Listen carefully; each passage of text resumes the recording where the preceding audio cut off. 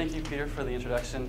My name is Justin Busch. I just finished my second year as a PhD student working with Dr. Cristine Legare. This guy's master's.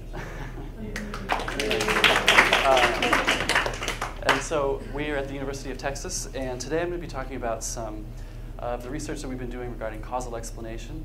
And specifically, I want to talk about 3 studies which examine how different forms of evidence influence children's explanation generation and belief revision, and then how this relates to intellectual humility. So, constructing explanations is a fundamental cognitive task for both children and adults. And although there's been quite a bit of research which has shown that children understand many general causal principles, less is known about how causal reasoning develops and what role explanation plays in the process of structuring children's learning. So we do know that explanation is a selective process. So we don't seek to explain everything that we see out in the world. Or as Popper says, observation is always selection. It needs a chosen object, a definite task, a point of view, or a problem. And so for both children and adults, we only seek to generate explanations for some events, actions, or outcomes.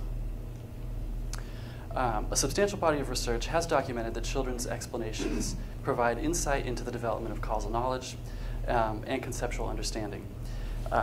So explanations, though, they reveal more than just what children know. So new research supports the proposal that explanation plays an important role in scaffolding the learning process and may be developmentally privileged.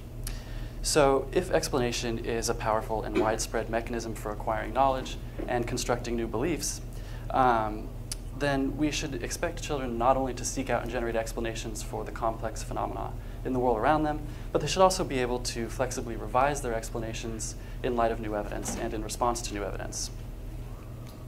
And the ability to flexibly revise our explanations is key, because explaining why a phenomena occurs is one of the fundamental objectives of the scientific process.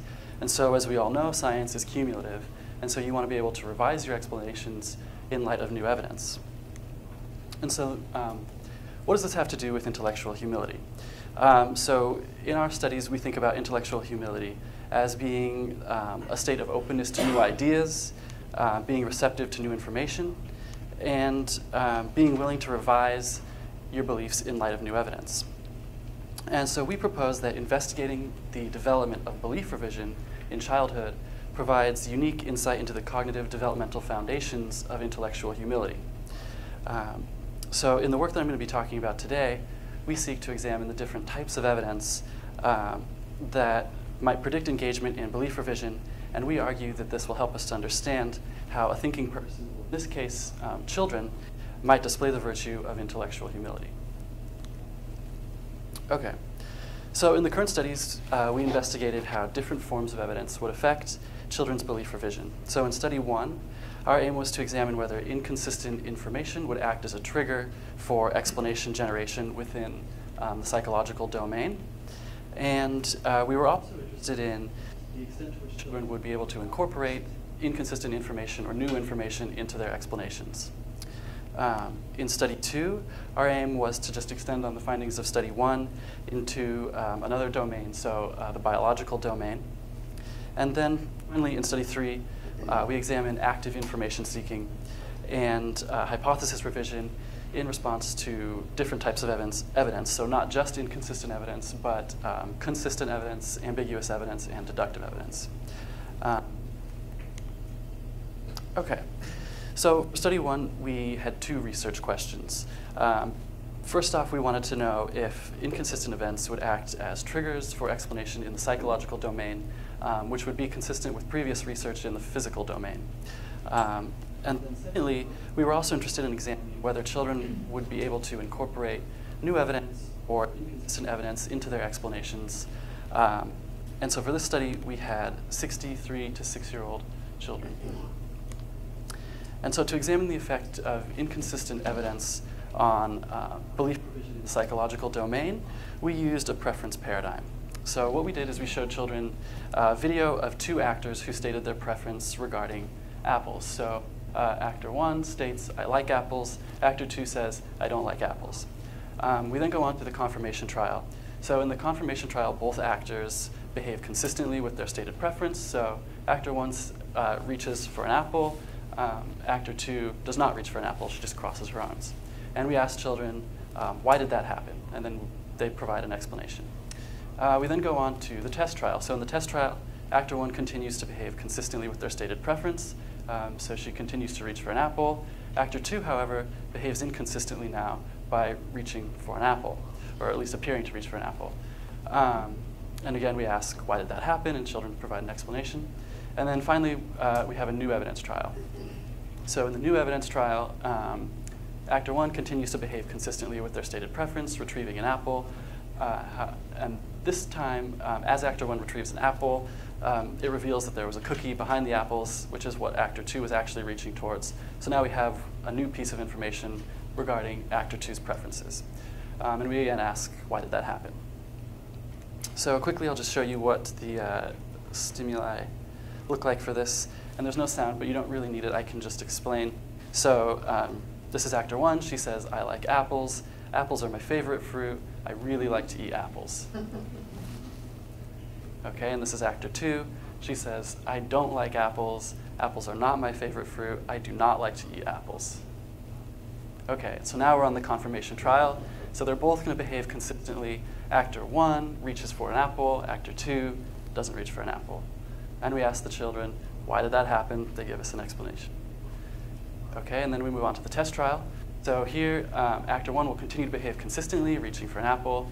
However, now it appears that actor 2 is behaving inconsistently with her stated preference and also reaching for an apple. We ask, why did that happen?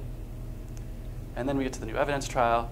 So actor 1 behaves consistently, takes the apples, which reveals a cookie that actor 2 takes. And so now we have some new evidence about actor 2's preferences. Okay. So then to examine the role of inconsistency as a trigger for explanation, we examined which outcome children explained first. So will they explain actor 1, who behaved consistently throughout the entire study, or are they going to explain actor 2's behaviors first, so the one who behaved inconsistently? And we can look at this after the confirmation trial, after the test trial, and after the new evidence trial.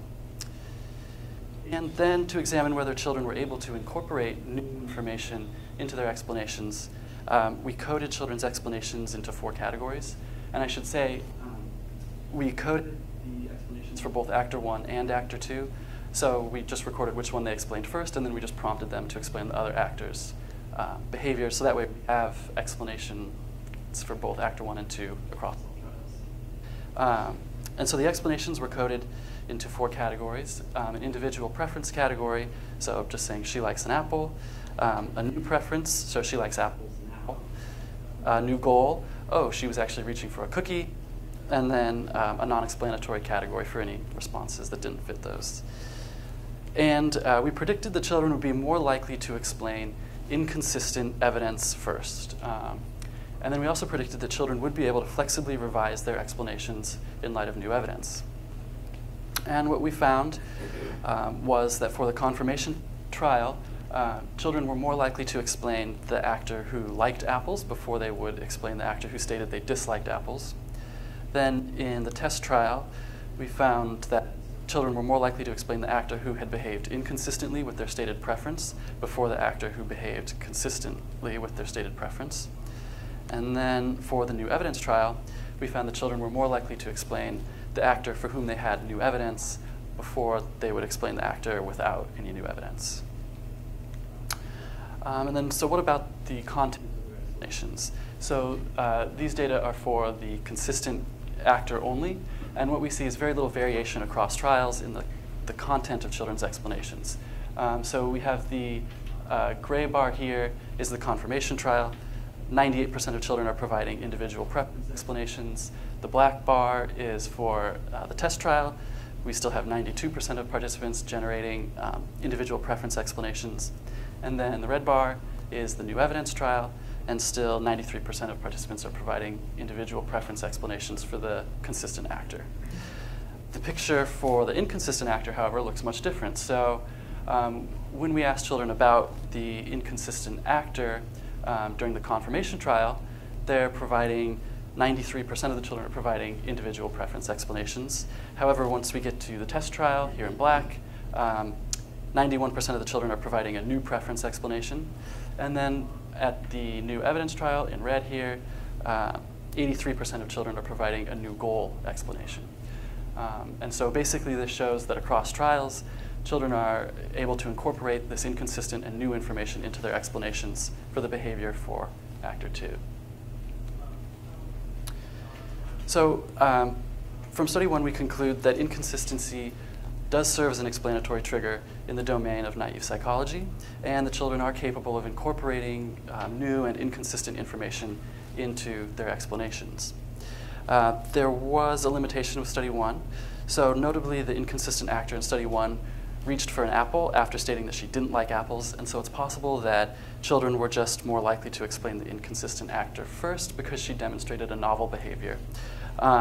So in the next study that I'm going to talk about, we sought to examine whether children were actually more likely to explain inconsistency versus consistency rather than simply explaining an action, so reaching for an apple versus inaction of crossing the arms. And we also sought to extend these findings to another domain, that of the biological domain. So for study 2, we again just wanted to see if children would incorporate inconsistent information from the biological domain into their explanations. And we had 63 to 6-year-old children. So we used the same paradigm that we used in study 1. So this time we had 2 actors. They would state their preference regarding oranges. So actor 1 states, I don't like oranges. Actor 2 says they do like oranges. Again, in the confirmation trial, both actors behave consistently. So actor 1 does not reach for an orange. Actor 2 does reach for an orange. Then in the test trial, actor 1 continues to behave consistently with their preference, not reaching for an orange. However, this time, actor 2 behaves inconsistently and does not reach for an orange as well. Then in the new evidence, actor 1 continues to behave consistently, no new evidence there. However, actor 2, what we see is a bug crawls across the top of the orange, which perhaps suggests some contamination. So now we have some new evidence from the biological domain to explain actor 2's behavior. And again, after all of these, we asked, why did that happen? Prompt for the explanation. And so I'll just quickly show you the stimuli for this one. So we have actor 1, she states her preference. Here we have actor 2, she states her preference. Okay, and so now we get to the confirmation trial. So actor 1 behaves consistently by not taking an orange. Actor 2 behaves consistently by reaching for an orange. And we say, why did that happen? And then we get to the test trial. So now actor 1 still behaves consistently by not taking an orange. Now actor 2 behaves inconsistently by crossing her arms, not taking an orange. Why did that happen? And then here we have a new evidence trial. So we see a cockroach crawling on top of the orange. So now we have some new evidence from the biological domain to explain the behavior for actor 2. That was good training. So, thank you for giving us credit. That wasn't easy. So again, our dependent variables are the same for study 2 as they were for study 1. We wanted to examine which actions would children explain first, and we looked at that after the confirmation trial, after the test trial, and after the new evidence trial. And we used the same coding categories for explanations. So we have individual preference, she likes oranges. New preference, she changed her mind about oranges. New goal, she doesn't like oranges because she thinks the dirty bug has been on it. And non-explanatory. And so our predictions based off of study 1, we thought that children would be, again, more likely to explain inconsistent evidence before they explained consistent evidence. And we also predicted that children would be able to flexibly switch between these domains of psychological and biological to incorporate new evidence in their explanations. And what we found, children in confirmation trial were more likely to explain the actor who stated they liked oranges before the actor who stated they disliked oranges. In the test trial, children were more likely to explain the actor who behaved inconsistently before the consistent actor. And interestingly, this was statistically significant, but we did find 78% of the children actually did just refer to both outcomes at the same time. So they would say something like, they both don't like oranges. And finally, in the new evidence trial, children were more likely to explain the participant or the actor who they had new information for versus the actor they had no new information for.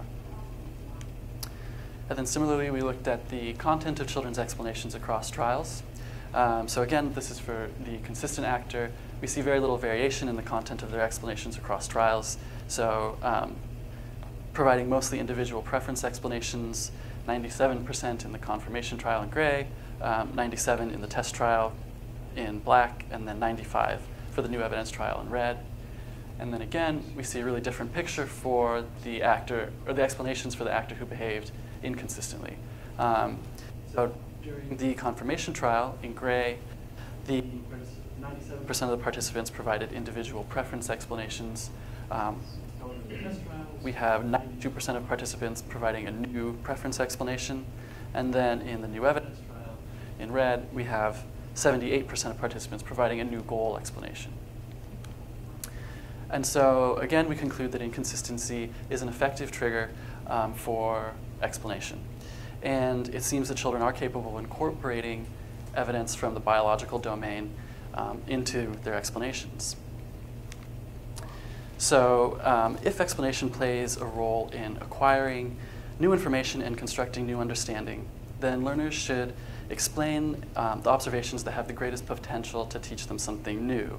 So namely, those things that are inconsistent with respect to their prior knowledge. So biases to explain inconsistent information could aid in learning by focusing children in on events that challenge their current causal knowledge and provoke additional amended causal reasoning by increasing the uncertainty and highlighting the potential for alternative explanations. These studies also show that children are more likely to revise their explanations for inconsistent evidence than consistent outcomes, and the types of explanations that children provide are driven by the type of evidence that they receive. So both within domains in study 1 and across domains in study 2. So children revise their explanations for inconsistent outcomes to incorporate new information by flexibly switching between the psychological and biological domain. So in sum, we propose that the interplay between evidence, explanation, and hypothesis revision has important implications for understanding the relationship between explanations and learning. So encouraging children to explain inconsistent information might confront children with evidence that's likely to foster hypothesis revision and possibly intellectual humility. And so this got us thinking about how different forms of evidence would influence children's information seeking and belief revision. And so we wanted to look at not only inconsistent evidence, but we wanted to come up with a study that we could look at consistent evidence, inconsistent evidence, ambiguous evidence, and deductive evidence to kind of tease these things apart. Because we were curious what it is about inconsistency that was actually motivating children to generate explanations. And so one possibility is that children might interpret inconsistent information as just being ambiguous or as supporting multiple interpretations. So new information may appear to be superficially inconsistent with your prior knowledge, but in fact it may just open up the hypothesis space to alternative explanations. So when we're faced with information that appears to be inconsistent with our prior knowledge, there are multiple potential explanations, and thus inconsistency is inherently ambiguous.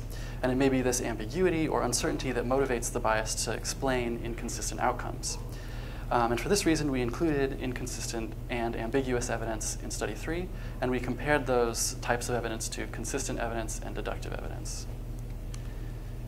So for study 3, we had 5 to 9-year-old children, and we had 333 participants. And the task that we came up with involved presenting children with video evidence about an actor's preference for 3 different types of fruit. And it was the child's task to figure out which of these 3 different pieces of fruit here was the actor's favorite. And this would be an exceedingly easy task if we just showed them a video of the actor selecting between all 3 at once. However, if you take one piece of fruit out of the equation and have her choose between only 2, the task becomes more difficult. And it also allows us to manipulate the type of information that children receive.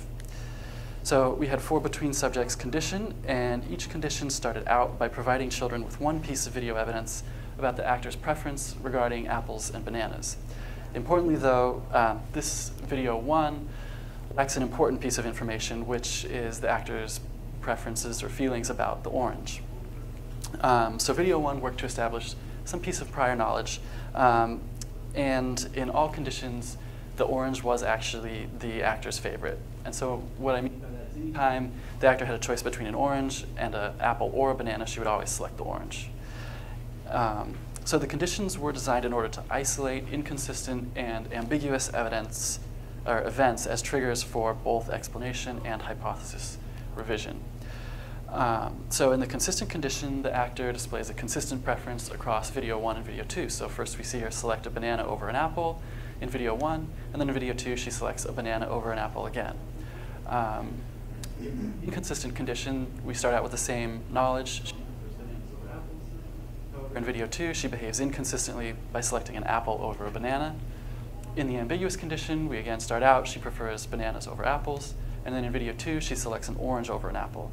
So in this condition, it's still ambiguous as to what her favorite is.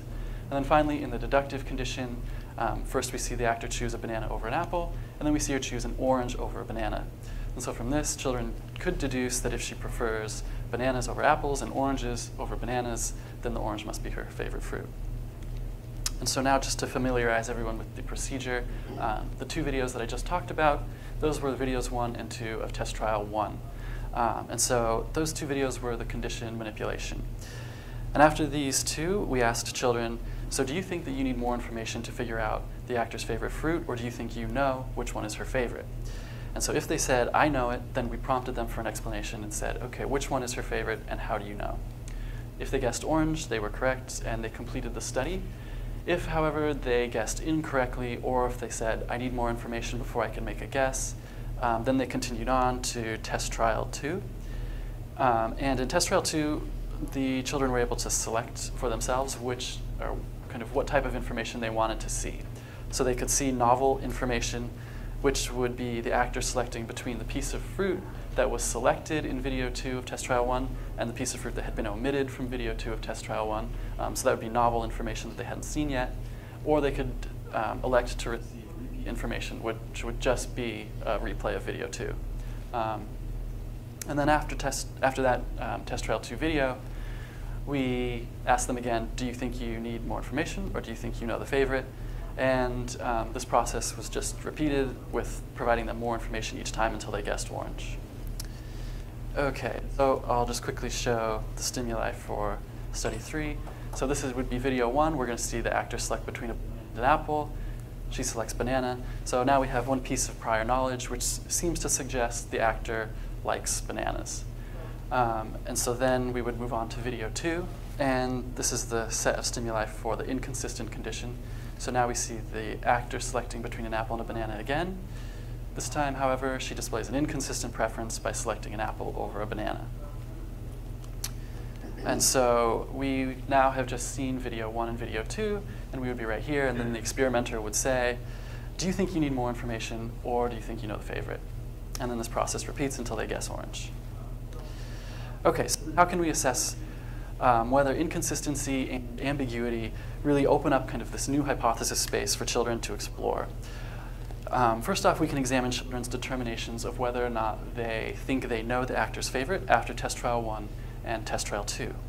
So if children in the inconsistent and ambiguous conditions are guessing the actor's favorite at rates lower than the consistent condition, then that would suggest that children in the inconsistent and ambiguous conditions have been clued into the fact that they need more information before they can draw a conclusion. So perhaps being a bit more intellectually humble and not jumping to a conclusion based off their prior knowledge.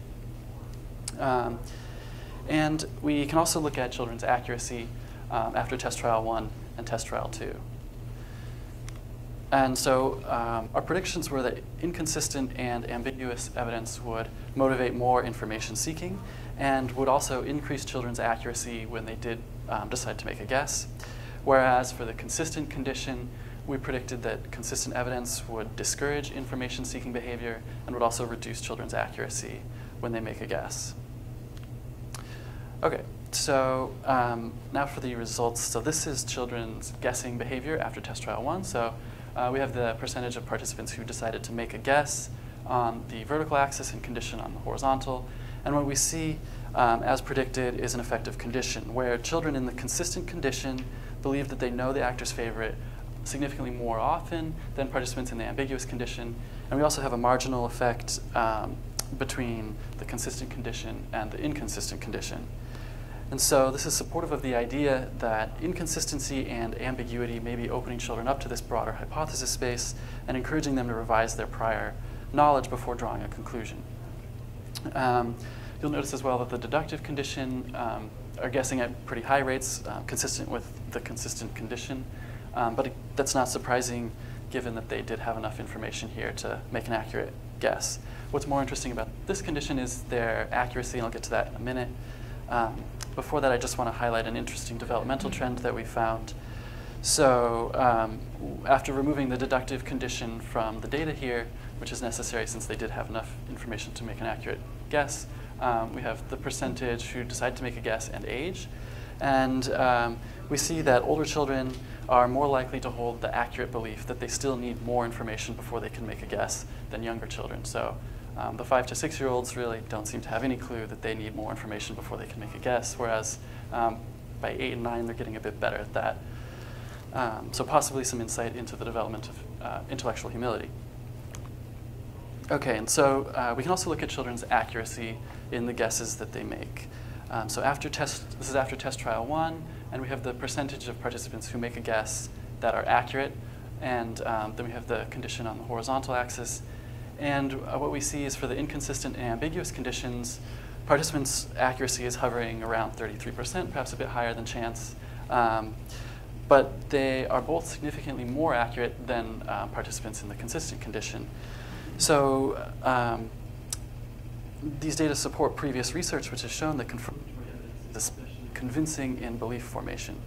So children in the consistent condition overwhelmingly believe that the banana is the actor's favorite, and they completely fail to recognize the possibility that the actor's favorite might be the orange. Is kind of still on the table. And again, the accuracy for the deductive condition is higher than the rest, and we actually had an interaction with condition and age for the deductive condition. So here we have the deductive condition in red and the consistent condition in gray, and then the percentage accuracy on the vertical and age on the horizontal. And what we see is that the 5 to 6-year-olds in the deductive condition, their accuracy is very similar to the inconsistent and ambiguous condition, which I just showed on the previous graph, so slightly above chance. However, by the age of 7, we start to see this sharp increase, and by the time children reach 9 years old, they've become experts at this kind of simple form of deductive reasoning, with 100% of them guessing accurately when they make a guess. Okay, so back to the predictions. The data that I've shown so far demonstrate that inconsistent and ambiguous evidence do seem to motivate information seeking. And that's evidenced by the fact that after test trial 1, the rates of guess and ambiguous conditions were much lower than the rates for the consistent condition. And I'll talk more about their accuracy in a minute after test trial 2. And the data have shown so far that the consistent evidence does seem to discourage information seeking. So participants in the consistent condition believed that their prior knowledge was accurate, and that was after just one piece of confirmatory evidence, and they still lacked information regarding the orange. So moving on to test trial 2 now. So at this point, children have received one additional piece of information, and we've asked them again, do you think that you need more information, or do you think you know the favorite? And so here, again, we have the percent of participants who are making a guess, and horizontal. And so now we see that participants in the ambiguous condition, we argue, had kind of been clued into this broader hypothesis space based on the ambiguous evidence that they saw in test trial 1. They're guessing more frequently than children in the consistent condition. And similarly, children in the deductive condition are also guessing at really high rates, but again, this isn't surprising. So now the question is, were these participants in the ambiguous condition not only able to kind of occupy this broader hypothesis space, but were they able to kind of suspend their prior beliefs, receive new information, and then actually draw an accurate conclusion out of that? And it turns out that they were. So the participants in the ambiguous condition here are guessing with accuracy significantly higher than participants in the consistent condition. And again, participants in the deductive condition are doing well.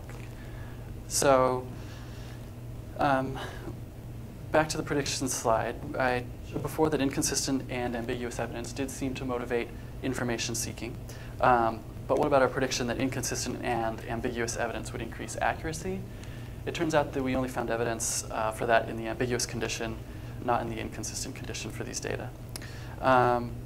And we did find support for the prediction that consistent evidence reduced children's accuracy in their guesses. And so to conclude our findings from study 3, we showed that information that is consistent with prior knowledge is highly convincing across the entire age range that we studied, so from 5 to 9 years old, whereas ambiguous evidence did seem to kind of open children up to this new hypothesis space in which they were free to consider ideas or hypotheses that may have been ignored by the participants in the consistent condition. And these data also provide insight into the development for the ability of deductive reasoning. So we saw that 5 to 6-year-old children were really ineffective at using deductive evidence to draw accurate conclusions, whereas by the age of 9, children had become excellent at this. So now I just want to end with a quote from Carl Sagan. So he says, "It seems to me what is called for is an exquisite balance between two conflicting needs, the most skeptical scrutiny of all hypotheses that are served up to us, and at the same time, great openness to new ideas. Obviously, those two modes of thought are in some tension. But if you are able to exercise only one of these modes, whichever one it is, you're in deep trouble. If you are only skeptical, then no new ideas make it through to you. On the other hand, if you open to the point of gullibility, then you cannot distinguish between the useful as from the worthless ones." And so as Carl Sagan implies here, belief revision is at the core of intellectual humility. So from childhood, we're tasked with deciding when it's necessary to be humble and be open to new ideas, new evidence, versus when we should just hold on to our prior beliefs. So the studies that I've talked about today suggest that different types of evidence might be effective in education or in informal learning environments to motivate children to engage in intellectual humility. Presenting children with evidence that appears on the surface to be inconsistent with their prior knowledge or perhaps ambiguous seems to open up the hypothesis space to children and encourages them to explore ideas that they may not have considered otherwise. And so as Sagan says, if you exercise one of these modes, you're in deep trouble.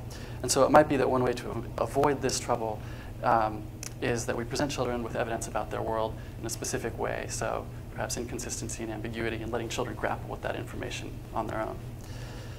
So I just want to thank my lab members who've helped out with this work, Rachel Watson-Jones, Jennifer Clegg, and Nicole Wen, all the research assistants who helped out tremendously with collecting these data and coding these data, and then of course the John Templeton Foundation and the Thrive Center for Human Development, and the Thinkery, where we collect the majority of our data.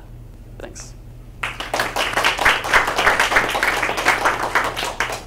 have 10 minutes for questions. Frank, is that your hand first? I wonder if there's a sense of degrees of inconsistency. So one can imagine that if a person says, "I don't like the apple," or there are two actors say they don't like the apple, and one reaches the apple and lunges into it satisfactorily, and the other one stuffs it in her pocket. My sense is that they're going to explain the modern inconsistency because there's a way they can make sense of it, and the other one they can't. So I don't think the inconsistency just automatically triggers explanation. It has to be in that kind of sweet spot where you can construct a reasonable term interpretation. Yeah, that's definitely a good point. And I think this is difficult. So if we think about this in like a science education context, you don't want to present inconsistent evidence that's completely right. Exactly. So you do have to kind of find this sweet spot where it's two kind of pieces of evidence that may appear to be inconsistent on the surface, but once you delve deeper, turns out that can be reconciled. And yeah.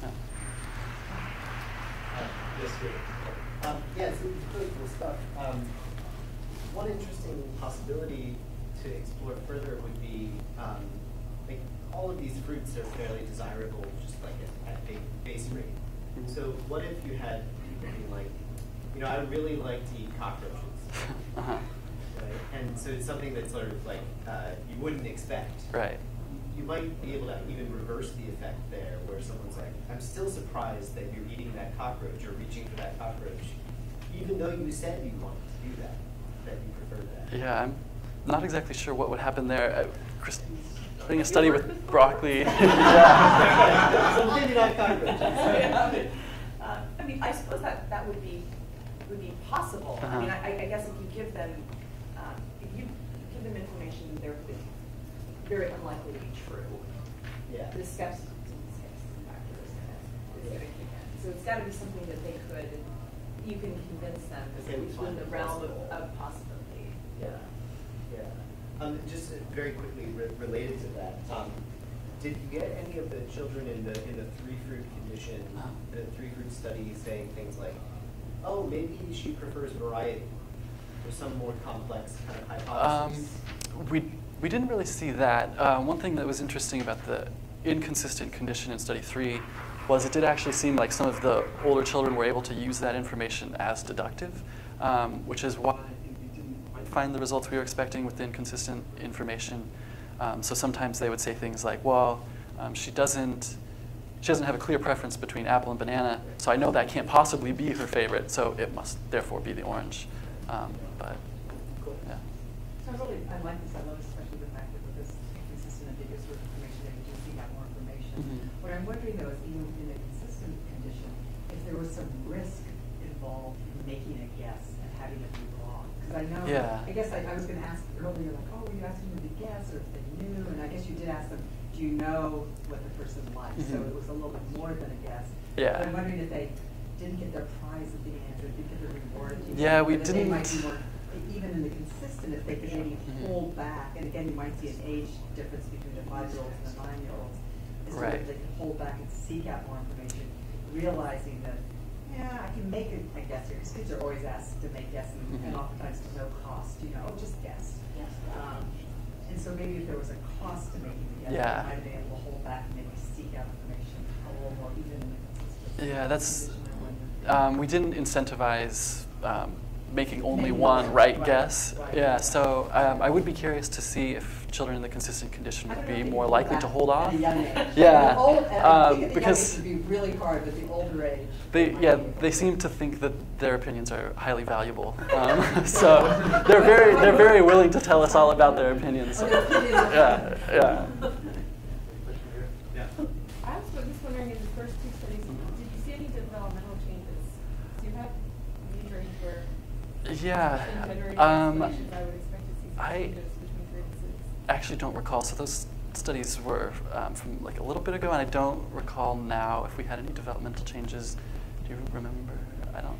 I think we would have had more of a developmental difference if the range of explanations were larger, but they really kind of fell quite cleanly based on the kind of information provided. So, actually, one difference we did find is that the sophistication of the psychological or biological explanations did vary as a function of age, but the general patterns didn't, which is not that surprising. Good. Question? Go ahead. Kind of a small one. I'm fixating on the case where they pick the apple ones and the banana ones. And I keep wondering, so when they say they need more information, is it that they are truly considering the possibility of the orange as a possibility, or are they instead thinking, I can't tell if it's the apple or the banana? So I kept feeling like maybe they were showing the hesitation, but for not the reason that we would. So that's a good question, and I think for some of the children they were considering the orange. So I would, and the only reason I say that is that some of the children in the inconsistent condition will guess orange right off the bat. So they'll just say, well, it can't be the apple and it can't be the banana, so it must be the orange. So I think some of those children, instead of just kind of taking that leap of faith and saying, I bet it's the orange because there's no consistent preference between the apple and banana, some of them may have said, oh, maybe it is the orange because she doesn't have a consistent preference between these two, so I'll... Do they miss, so you made them guess even if they said they weren't ready yet? No, we didn't make them guess. I guess I meant like of the ones who didn't guess, who said I'm not ready to guess. Yeah, so I mean, we don't have... It seems to me possible that they're like, well, I just can't decide between the apple and the banana. Yeah, that's definitely a possibility. Then that's kind of similar to what was happening in the consistent case where they were like, well, like maybe they didn't even consider any other possibility. They were just like, pick the apple. They kind of focused on that. And in this case, right. Just like, I don't know which of those two. Yeah, that's certainly possible. We don't have any data that can kind of speak to that directly. But yeah, I was just wondering if there was any concern about background information where like maybe you might think of a kid having some sort of background knowledge that like no one likes oranges better than apples and bananas. So we were really only talking about the apples and bananas or something like that. Or they could just be projecting their own, generalizing their own preferences and making that go into their reasoning as well. Yeah, that's true, and one of the issues that you run into when you're examining things like psychological preference. It's kind of difficult to find in which you can come up with a task to examine this type of thing. And another problem that we've thought of is, some kids, like, your preference can change by the minute. So, one minute you like apples, and then the next you like oranges. And so, maybe this is not even inconsistent if this actor 1 minute likes this and the next minute likes this. So, yeah, that's something to consider. Just a thought that you could contrive cases where you see a reverse developmental trend of what you have, where if you the kids are going to take too long to decide something that they should be able to decide right away. So I think that, I remember how this puzzle goes. You have a sock drawer full of 12 black socks and 12 white socks. You want to get a pair of matching socks. Well, I have to pull out 13 socks. You've got them, I have to pull out 3. So there should be cases where you can flip the whole pattern because they don't understand the simplicity and the way that you can solve the problem much more quickly. It just gives a huge twist to go to the opposite direction of your novel effect. I think. Yeah. Well, They would keep this actually go to 13. any other questions? Let's thank the presenters. Very good.